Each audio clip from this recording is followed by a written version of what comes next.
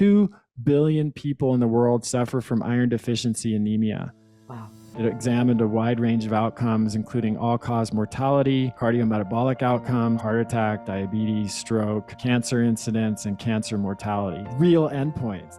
It wasn't really based on research or science. It was based on religious and moral views. Is that context is everything, and 6 potential health outcomes, which were colorectal cancer, breast cancer, ischemic heart disease, type 2 diabetes, and then ischemic and hemorrhagic stroke. It's very difficult to assign any blame to red meat when all of these other factors are also present. But what about processed meats? Are they something to be concerned about? The devil's always in the details with these kinds of studies. Media does not like nuance. They like big, splashy, black and white, clickbait type of headlines. What happens when you take meat out of a diet? You will not find a more exhaustive study or review of red meat evidence. Hi everyone, we have a really exciting talk today with Dr. Chris Kresser over here is a globally renowned expert, clinician, and educator in the fields of functional health and ancestral health. In addition, he's a New York Times best-selling author, as if that wasn't enough, and he's an absolute expert on the areas of whether meat is beneficial or harmful, and so we're going to just dig in. Chris, thank you so much for being here, Dr. Kresser. Sorry. Autumn, pleasure to be with you. Yeah, likewise. And let's just jump right in. Why do you believe meat and animal products have become so controversial? Well, there's a really long history there, actually, and it goes back to the early 20th century when the dietetics organizations were first being organized. And the people that were involved with that were religious, deeply religious, and they held the view that meat actually led to carnal desires and urges and should be avoided on that basis. Believe it or not, that actually started the antipathy toward meat that it was now sort of ensconced in our nutrition and dietetics organizations. It wasn't really based on research or science. It was based on religious and moral views. And then in the 50s and 60s, when there was some early research that seemed to suggest that cholesterol was harmful, dietary cholesterol was harmful. That's since been disproven, but it really, on top of the previous kind of moral and religious objections to meat, it was a snowball effect that unfortunately has taken decades to reverse. Absolutely. And luckily, you and other experts are teaching the world about the shortcomings of this theory. It's taken a while.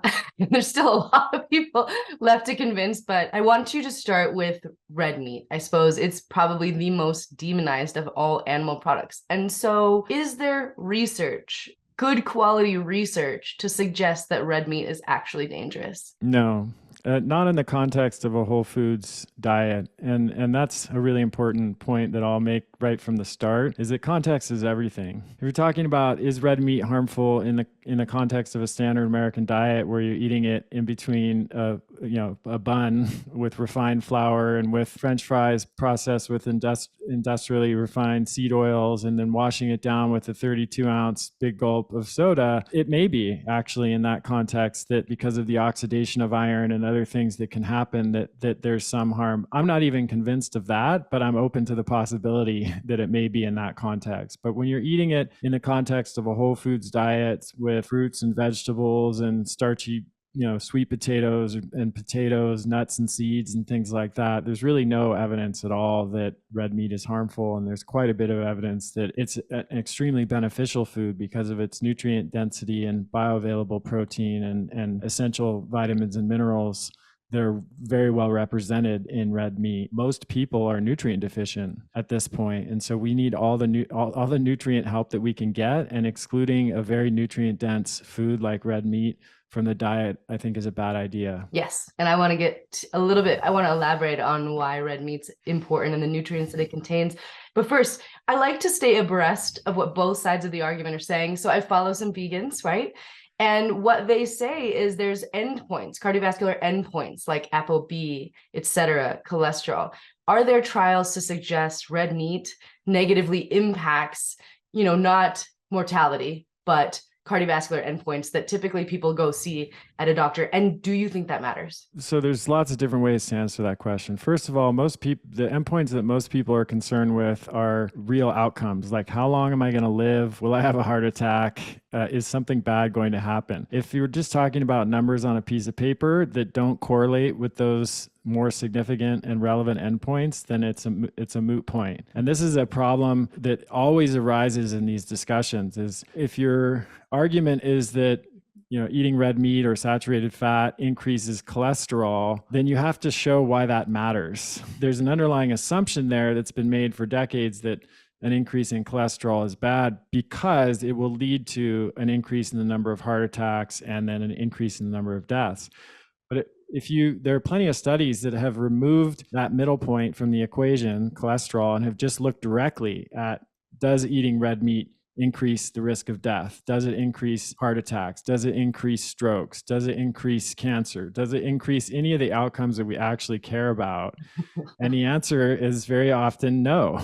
And so who cares about those points on surrogate markers if they're not actually leading to a change in the outcomes that we really care about? So that's number one. That's the first and probably most important way to answer your question. The second one, which I'm sure we'll come back to over and over again, is the problem with the way that a lot of nutrition research is done today, and something that is known as the healthy user bias in research studies. So this is the observation that people who engage in one set of behaviors that is considered to be healthy are more likely to also engage in other behaviors that are considered to be healthy. So for example, on average, if someone exercises a lot, they're probably also going to eat pretty well, get a decent amount of sleep, not drink excessively or smoke cigarettes. The flip side of that is also true. People who engage in one set of unhealthy behaviors are also more likely to engage in more unhealthy behaviors.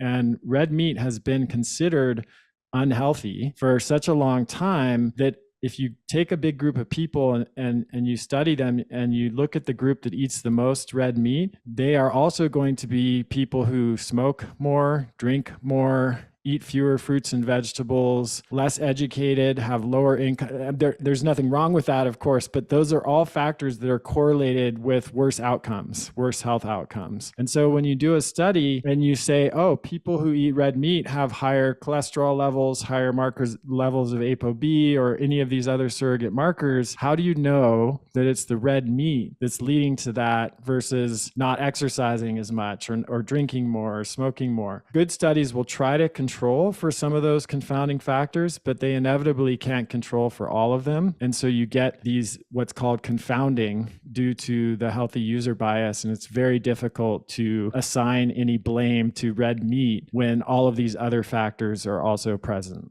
Right. So lots of shortcomings with epidemiology and surrogate endpoints and not taking things into context. I want to come back to the context piece in a second, but there have been some more recent trials that kind of blew people's minds a little bit when it comes to red meats that took some of these variables into consideration. So can you talk about the more recent Nature paper and others that you think surprised this community? Yeah, so this was a paper published in Nature Medicine, very high impact journal. It was called Health Effects Associated with Consumption of Unprocessed Red Meat, Burden of Proof Study. And this was just from October of 2022, so very recent. And the researchers set out to analyze the relationship between unprocessed red meat, so not processed meats like bacon or salami, just unprocessed fresh red meat, and 6 potential health outcomes, which were colorectal cancer, breast cancer, ischemic heart disease, type 2 diabetes, and then ischemic and hemorrhagic stroke. They did find very weak evidence of an association between unprocessed red meat and colorectal, breast cancer, heart disease, and diabetes. They found no evidence of an association between meat consumption and ischemic or hemorrhagic stroke. The devil's always in the details with these kinds of studies. So if we take a closer look, the researchers assign what's called a risk outcome score, or ROS, for each of the studied outcomes. And the ROS reflects the certainty of evidence for a given risk factor. So a higher ROS corresponds to a very strong relationship, like we could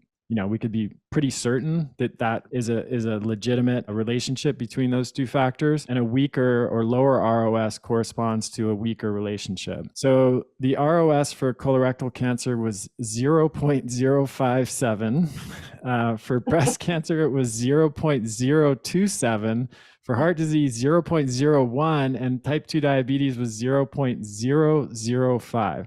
So aside from those numbers being extremely low, let me give you some context because most people don't have any idea, understandably, what that actually means. So let's compare it to some other known risk factors and diseases so we can see where red meat fits, with the risk of red meat and other diseases fits in this context. So the ROS for cigarette smoking and cancer of the throat is 1.56. So that's 27 times higher than the ROS for red meat and colorectal cancer and 312 times higher than the ROS for red meat and type 2 diabetes. I mean, not even on the same scale. The ROS for high blood pressure, which is the number one risk factor for heart disease, is 0.7. And that's 12 times higher than the ROS for red meat and colorectal cancer and 140 times higher than the ROS for red meat and type 2 diabetes. So you won't be surprised to learn then that the researchers categorize the ROS for each condition into a rating based on the relevance of the risk. And they found that the evidence linking red meat to any of the diseases studied fell into the 1 or 2 star category. A 1-star rating is no evidence of any association whatsoever, and a 2-star rating indicates extremely weak evidence. And the authors concluded, quote, while there is some evidence that eating red meat increases risk of chronic disease, there is insufficient evidence to make stronger or more conclusive recommendations. Yeah. That's the most recent one and a very important trial. And then there's another one that was published in 2019 that I can tell you about, but I'll pause to see if you have any questions about that first paper. Well, you might answer the ones that I was going to say in my follow-up, but I'll put them out there and then you can tell me whether or not. I would love you to put that in terms and talk about also relative risk, right? So does red meat, often they report like a relative risk below 2, which in other areas might be ignored. So can you put that in context with smoking relative risk and then also talk about that other 2019 paper?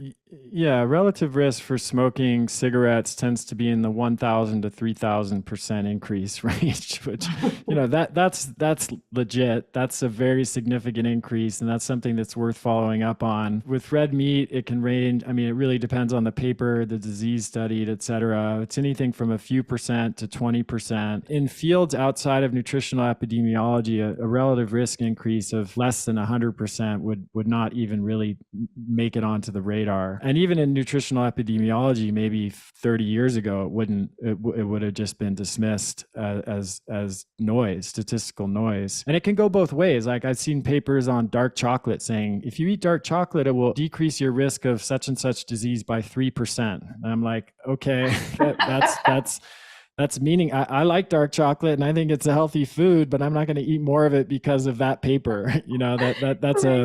That's indistinguishable from chance. That level of change in risk, and almost all of the papers that have been done that suggest an increase in risk of any kind of disease from red meat are at that level of relative risk where it's really indistinguishable from chance. Okay, and one thing I want to say before we go on in that 2019 paper, what is relative risk for anyone who doesn't understand the concept yet? So relative risk is what is the relative increase in risk that you would experience if you engaged in this, whatever particular behavior is being studied, like in this case, eating red meat, could be eating saturated fat, could be eating cholesterol, relative to the baseline risk that you would experience if you didn't do that. Relative risk can be confusing for people because let's say that you only have a 0.5% chance of a bad outcome from engaging in a particular behavior. And then let's say you do you switch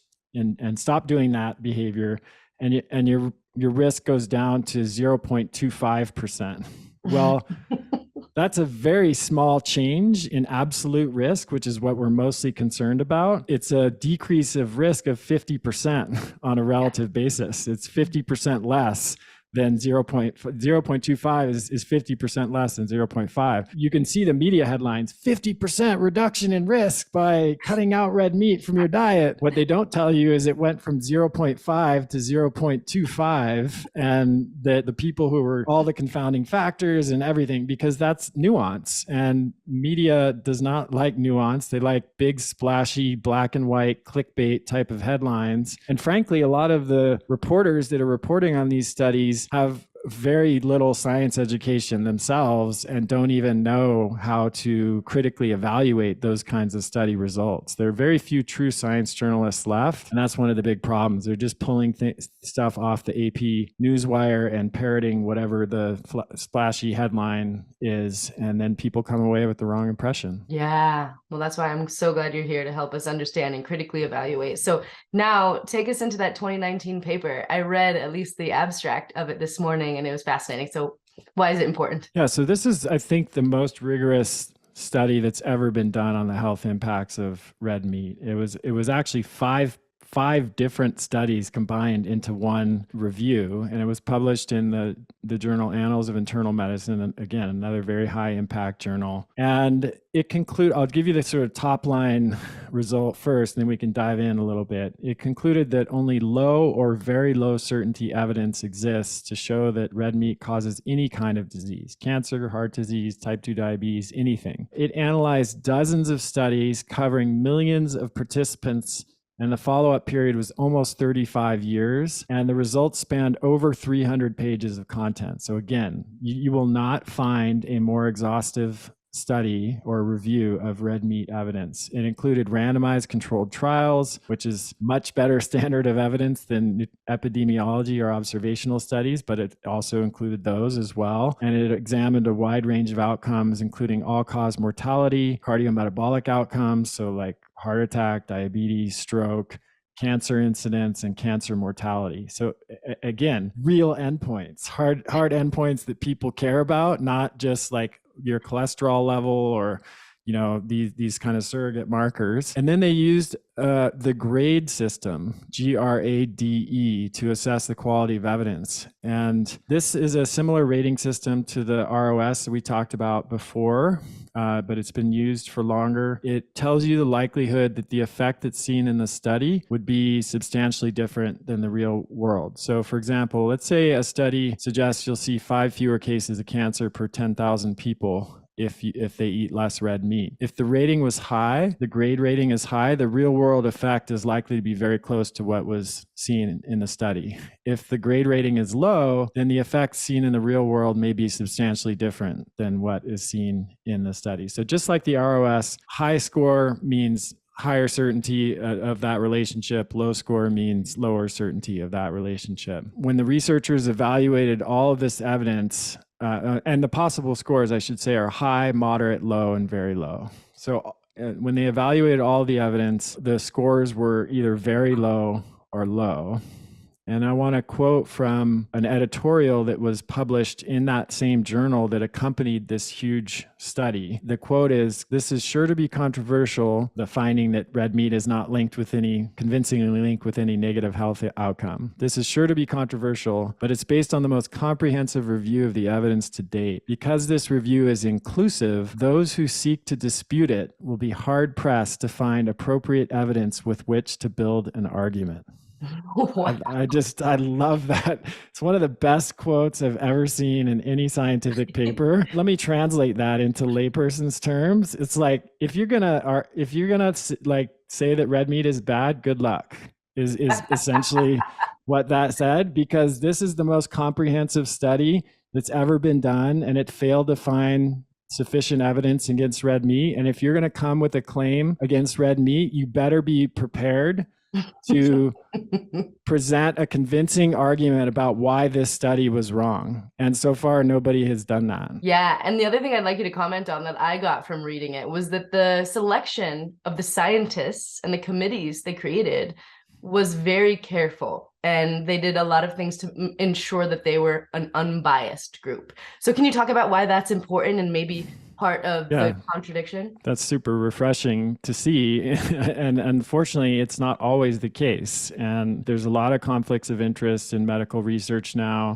2/3 of medical research is sponsored by pharmaceutical companies. That's not really relevant in a study on red meat. But the point being that there are often a lot of agendas at play when research studies are being designed and performed. There are very well-known plant-based diet advocates, doctors that are involved in medical research, and they make their bias very well known to the public at large. And you have to wonder if that bias is going to affect the way the study is designed and executed. In a perfect world, we'd like to say that it wouldn't, but in the world that we live in, the reality is there are actually plenty of studies that have shown that that kind of bias does in fact affect the outcome of studies. And that's just human nature. When we want something to be true, we are likely to ignore all of the data that suggests that it's not true. That's just true of human beings in general.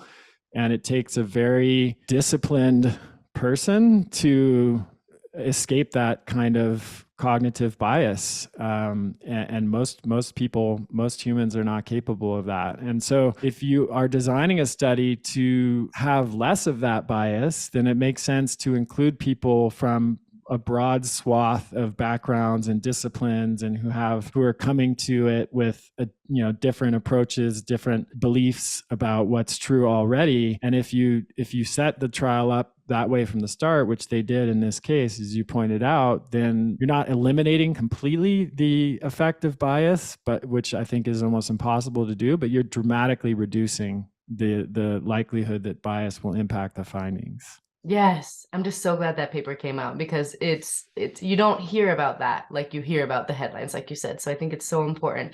And another thing, we talked about context for a minute, the dietary context.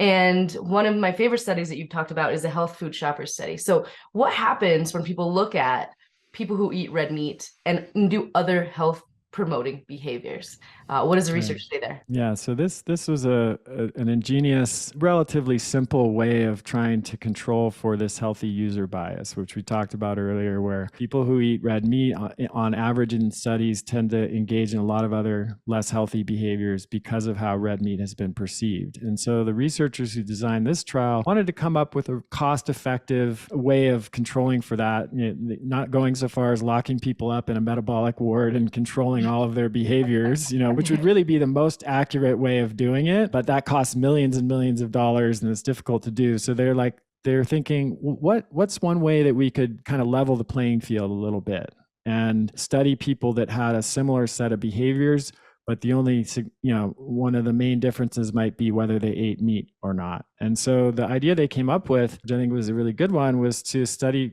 only people who only shop at health food stores. This was the health food shopper study, as you pointed out, and they took a group of people who shop at health food stores, and then they separated that group into two subgroups, one that eats meat and one that doesn't eat meat, and then they followed them for a bunch of years and looked at what the outcomes were. And guess what? The people who shopped at the health food store as a big group had much better outcomes than people who didn't shop at health food stores. So they compared them to, the general population. So they had lower risk of disease, lower risk of early death, all that. They lived longer, et cetera. But there was no difference between the people who ate meat and didn't eat meat in the health food shopper group. So that was a really great way of eliminating that healthy user bias. And again, like I said, you could have gone further and made it more rigorous, but they didn't need to, because they already found that there wasn't a significant difference. Yeah, it's beautiful. And as you see, the case against red meat just gets weaker and weaker. And so when you do research, you find an association, right? And then you try to secure or identify a mechanism, right? For why is this potentially happening? And so they have a lot of mechanisms, right, that you've written about: TMAO, heme iron, new 5GC. So do you want to comment on any of those and the status of evidence for them? The first thing I'll say is I'm, again, far less convinced by mechanisms than I am by outcomes, because again, if you're arguing that red meat increases 5 new GC, but then you don't see any difference in mortality or morbidity with differing 5 new GC levels, then who cares?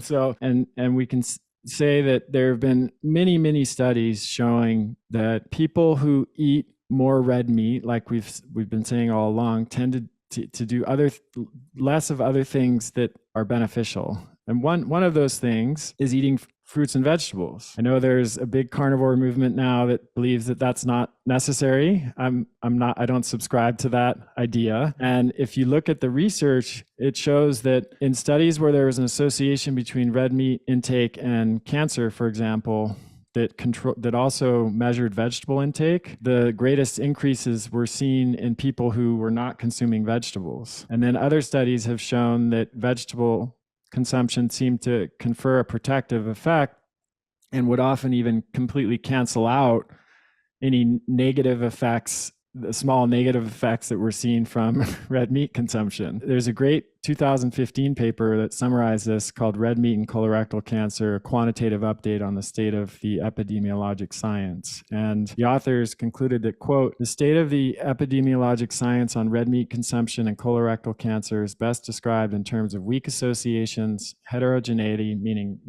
highly variable results, an inability to disentangle effects from other dietary and lifestyle factors, key point, lack of a dose response effect, meaning if red meat causes disease, you would expect people who eat the most red meat to have the highest rates of disease, but you don't see that, and you see it all over the map. That's another factor which makes that association less reliable. And then weakening evidence over time. So it's really important for people to understand, if there's like one thing you take away from this whole interview, is context matters.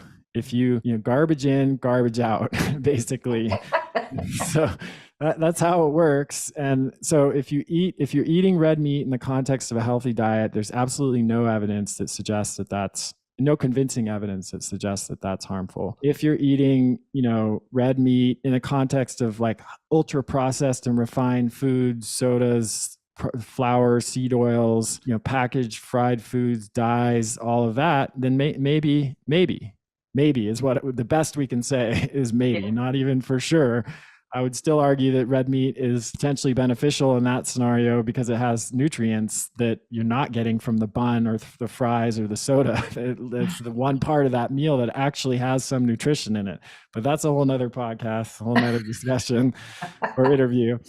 Let's talk about two mechanisms, because I think these are the more recent ones. They had to move on from cholesterol and even saturated fat because the evidence on for those just totally fell apart. First of all, red meat is often doesn't have that much saturated fat. In many cases, it's got more of other types of fats, and particularly if you're eating like a leaner type of steak, it's not really a huge source of saturated fat. But even if it was, the evidence linking saturated fat to hard endpoints like mortality and heart attacks is not there.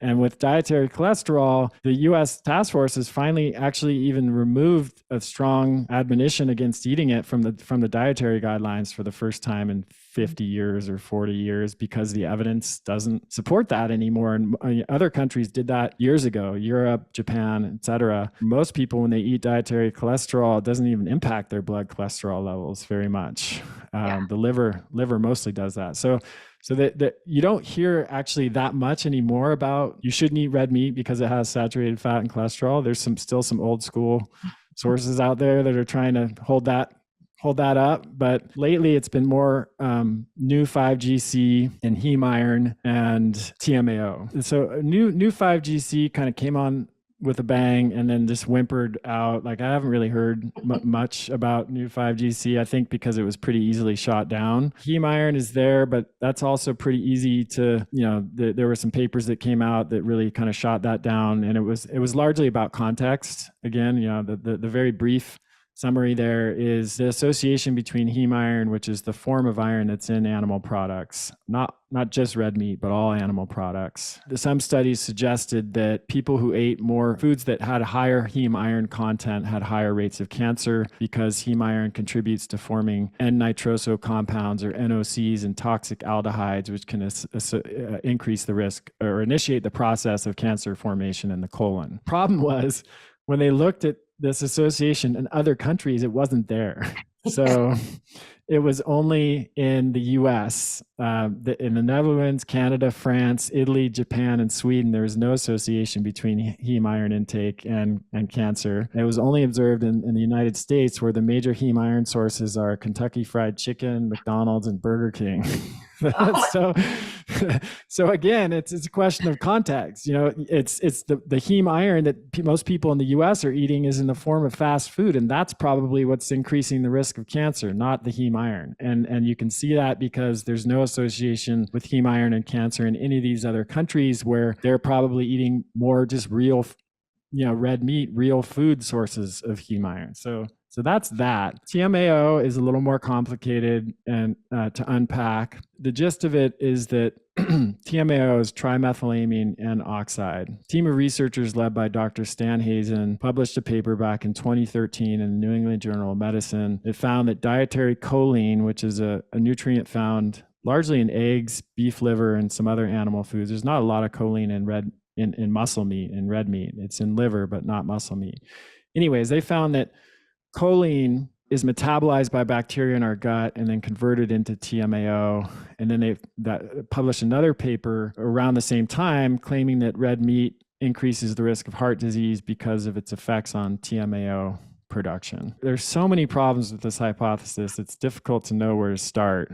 But I think the easiest place to start is that research has shown that eating red meat and eggs does not really have much of an impact on TMAO relative to other foods. In fact, in 2014, Miller et al. Showed you need to eat 4 eggs to raise TMAO, and the maximum rise was less than 3 to 6 in some subjects and 10 to 15 in others, which is far, far less than the increase in TMAO that you see from eating seafood. In fact, 19 out of 21 types of seafood that were tested dramatically increase the level of TMAO. Halibut generated over 53 times as much TMAO as eggs and red meat. So again, like not even on the same, if you look at the chart, red meat and eggs are like the bottom, you can't even see the bars off of the x-axis. And then, halibut and all the seafood are like this, just bars that are standing straight up, 53 times greater. So what no one has ever been able to explain is, if TMAO is bad, then why isn't eating seafood associated with worse cardiovascular outcomes and lower and higher mortality and all the bad things that are claimed for red meat? Seafood is probably one of the few foods that almost everyone, except for vegans and vegetarians, can agree is healthy. And if you want to find a food that is almost universally associated with better health outcomes in scientific studies, it would be seafood and monounsaturated fat. Those are like the 2 foods that almost everybody agrees on. So no one has ever been able to explain the fact that seafood intake is consistently associated with the lower risk of cardiovascular disease and total mortality, and yet it is the highest source of TMAO in the average diet for most people. Beautiful. So yeah, we could go on and on, but to me, that just kind of kills everything else and makes the rest of the discussion not even necessary. But I will say that I think the research is coalescing around the role of the gut microbiota being the key factor here. In that original study, and in some of the studies that have been done since then, high serum TMAO levels are probably more about which gut microbes you have and much less about the foods that you eat. People with high levels of Prevotella are typically people who are following a standard American diet, eating a lot of crappy refined foods, and who have some kind of gut condition like SIBO or a disrupted gut microbiome. Again, the takeaway here is eat real food, take care of your gut health, and that's what will reduce your TMAO you can continue to eat red meat and eggs because they're going to have a minuscule impact on your TMAO relative to foods like seafood, which again, to be clear, I'm not saying you shouldn't eat seafood. You should definitely eat seafood despite the fact that it raises your TMAO levels, because TMAO is a red herring and it's a mechanism searching for an endpoint, if you want to put it that way. You know, it's a surrogate marker searching for a cause and a real clinical endpoint that makes a difference. And no, you know, that link has not really been made. So it's a great example of how we can go wrong if we get hyper myopically focused on a particular marker and we ignore the bigger picture. I love it. I love that. Surrogate looking for a cause. That's good. So the last question on meat, and then we're going to talk about its benefits and vegan diets really fast. Processed meats. We talked about processed foods potentially making red meat behave differently, maybe. But what about processed meats? Are they something to be concerned about? Yeah, I think the research is more robust there. The way I think about it is a sort of is again kind of a maybe, that there's even more confounding factors there. And then and you know, like the processed meat that a lot of people are eating in the US is hot dogs, you know, and that, what does that come with? A hot dog bun and a soft pretzel at the ballpark and a, you know, this big huge soda? Or is that the same as like eating a charcuterie board at a really nice restaurant and, you know, having olives and nuts and a few pieces of salami? Like, I do that. I'm not concerned about that. I'm not eating salami all day long every day, and I'm certainly not eating hot dogs in a bun. But I think that there is an argument can be made that the processing of meat could potentially introduce some compounds that could be problematic if you're eating a really, you know, a significant amount of those kinds of meat, and especially if you're not eating fruits and vegetables, antioxidant rich foods that would neutralize the potential oxidative damage that those compounds could cause. So we again go back to context, because those compounds like N-nitroso compounds, NOCs, et cetera, that are potentially causing harm, those can be largely mitigated according to studies by consuming antioxidant rich foods and foods that can neutralize the impact of those compounds. So my recommendation for people with processed meat is don't go crazy. You know, you should mostly be eating fresh and unprocessed meat, but you know, eating some salami, you know, like if you envision a beautiful charcuterie board and doing that occasionally is very unlikely, in my opinion, to make a significant impact if you're eating a whole foods nutrient dense diet. Okay, I love it. Now let's shift the conversation to the benefits. Like, why do you think that meat and red meat are particularly important? I think we've made the very good case that they're not dangerous. Yeah. So at the top level, we know that most Americans don't get enough of several essential vitamins and minerals. And we're not talking about when I say most, I mean like probably pretty close to 100% of Americans are falling short on at least some, and often several of these essential vitamins and minerals. And when I say falling short, I don't mean a full-blown clinical deficiency that would cause a disease like rickets or scurvy or pellagra. You know, thankfully, we've largely eliminated those from the population. But I think we're all trying to do better than just not having scurvy. Like my health goal is not, I just don't want to have scurvy, or I don't want to have rickets or pellagra. I mean, I think most of us are like shooting a little bit higher than that in terms of what we want. And so we have to ask the question of what is the optimal nutrient intake to achieve the goals that we want to achieve, which is, for me, like, I want to be free of chronic disease. I want to feel great every day when I wake up. I want to live a really long life. I want to maintain my cognitive faculties like until the day I die and not just slowly deteriorate over time, as most people in this country and in a lot of industrialized countries experience. I think those are reasonable goals to have. And so what we know now from a lot of research is that that level of nutrients is way higher than what the level that just keeps us from getting scurvy and rickets. There's a vast gulf between those levels. And when you look at nutrient intake in the US or most other countries in the world, it falls well short of that optimal level. So this is a huge issue. I think it's one of the most important issues. I know you know, Autumn, I've been banging on this drum for a long time because it's pretty low hanging fruit. Like there are a lot of really intractable problems in our, that health problems that we face, like an increase in toxic burden, air pollution, water pollution. Most people don't have a ton of control over those factors. They're huge, complex societal problems, but optimizing your nutrient status is something that actually most of us can do, regardless of our economic background, social, et cetera. Like it's something we have control over and we can make a difference. So I think I had to give a little bit of context because this is why red meat it's so important not to just dismiss a food that is so nutrient dense with so many nutrients that people tend to be deficient in. So what are those? It's a great source of vitamin B12, which is vital to the proper functioning of nearly every system of the body. B12 deficiency can play a role in everything from aging, neurological disorders, mental illness, cancer, cardiovascular disease, infertility, you name it. B12 is probably involved. It's also a great source of other B vitamins, including thiamine,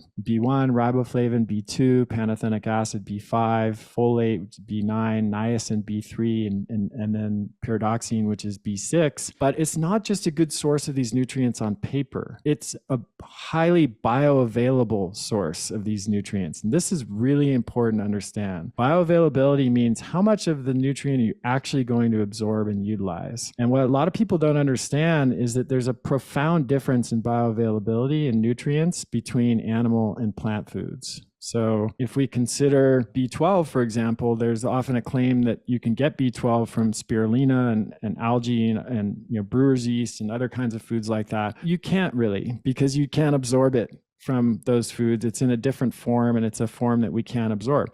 Even foods like iron, if you look at like spinach on paper, calcium, spinach is a great source of those minerals, but the bioavailability of calcium in spinach is less than 5%.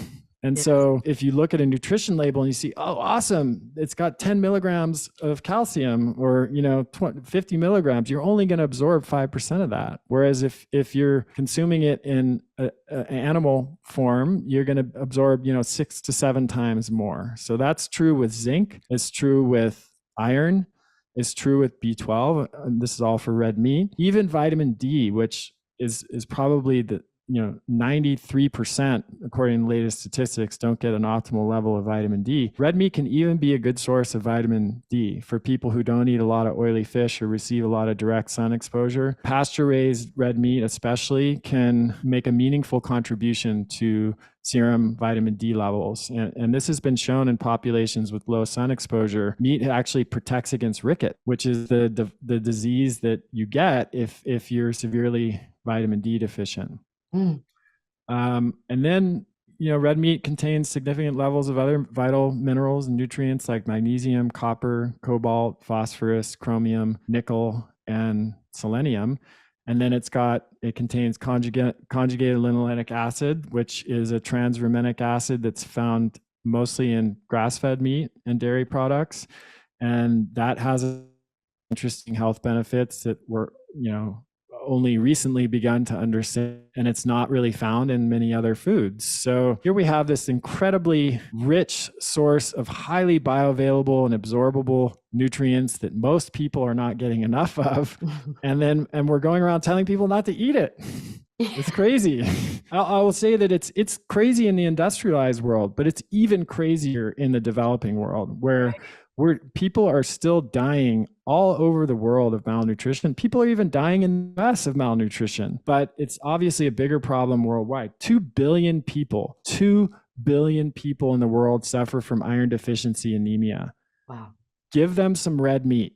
Seriously. Like there was a paper that was just published. I'm sure you saw it, by Ty Beal, who does some phenomenal work in this area. And he works, I think, for an NGO that is trying to address the problem of malnutrition in worldwide, not only in developing countries, here in the US and other industrialized countries where it's still very prevalent. And they just published a paper recently to answer the question, how can we get the biggest bang for our buck with foods? Like, if we're trying to address malnutrition, what are the foods that will give people the greatest level of nutrition for the lowest, with the lowest amount of calories? And not because they're calorie counting, but just from an economic perspective, like, what are the foods that are going to provide the greatest return on investment? And their paper was the first paper of that type that ever considered bioavailability of foods, which is critical because all previous papers did not consider that. And red meat, and particularly organ meats, were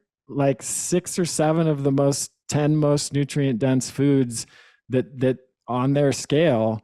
And the obvious conclusion was, these are foods that we should be subsidizing and feeding people in these countries that suffer from malnutrition. We should not be giving them grains. We should not be giving them legumes and all of these other foods that are currently, being delivered as part of food relief programs. We should be giving them red meat, and in particular, we should be giving them liver. That's really what we should be doing. So yeah, that's what the research shows. Yeah, it's just amazing that for so long no one was taking bioavailability into account. It seems insane. And so I think I know where you're going to go with this, but just my last series of questions for you is, what happens when you take meat out of a diet? There's a huge push for the vegan diet, right? I'm deeply concerned about it for our youth. What do you think? Are you worried about this? And then talk about some of the things you might see in populations that take meat out that you work with. And then you also have your own vegan story. So I don't know where you want to begin, but those are the 3 things. Yeah, it's a lot. That's another hour at least. I'm sorry. So yeah, like, first of all, I'll say it's clear that it's at least possible to pursue a vegan diet lifestyle and maintain health. I know some people who've been able to do that. They're, public figures like Rich Roll, who's a super endurance athlete who seems to have done really well, still competing at a high level and following a vegan diet. However, it's very difficult to do that. You have to be on your A game all the time. You have to supplement.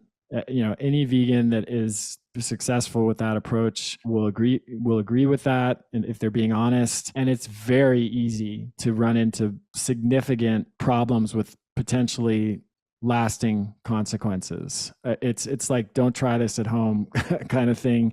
But unfortunately, people are trying it at home. That's what's going on. And the reason for this is kind of what we were talking about earlier. There's just the question of, if you understand the biochemistry of food, animal foods are higher in certain essential nutrients, iron, zinc. We talked about this, calcium, EPA, and DHA, which are the long chain omega-3 fats, B12. Those foods are typically found and sometimes exclusively found in animal foods, whereas other nutrients, which are beneficial, and I think we need them, vitamin C as an essential vitamin, but then also phytonutrients like carotenoids and bioflavonoids and lignans and fiber that feeds our beneficial gut bacteria. Those are all preferentially found in plant foods. The best approach is to combine those together, so you're getting all of the benefits that we get from consuming food. Now, if you're going to eliminate an entire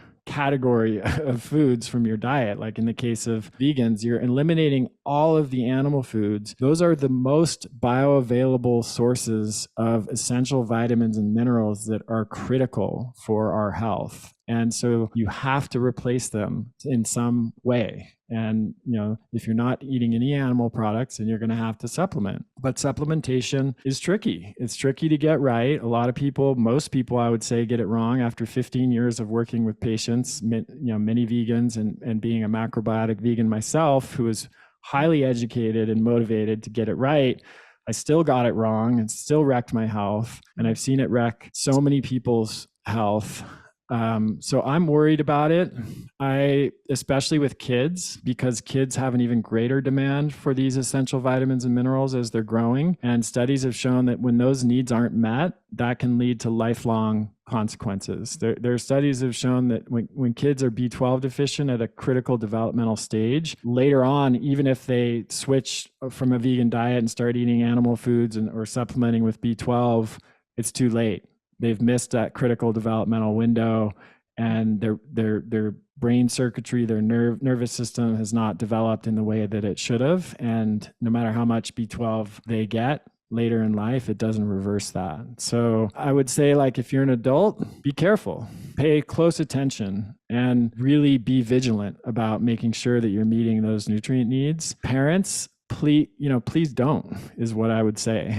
Yeah. Because the risk is just too high, and some of the consequences can be irreversible, and it's not a risk that I think is worth taking. Amazing. Thank you, Dr. Kresser. This has been so, thoroughly entertaining and educational, and so impactful. So is there anything that you think we've missed, and anything you want to direct listeners to where they could connect with you or read more about your work? I think we did a pretty good job covering the highlights.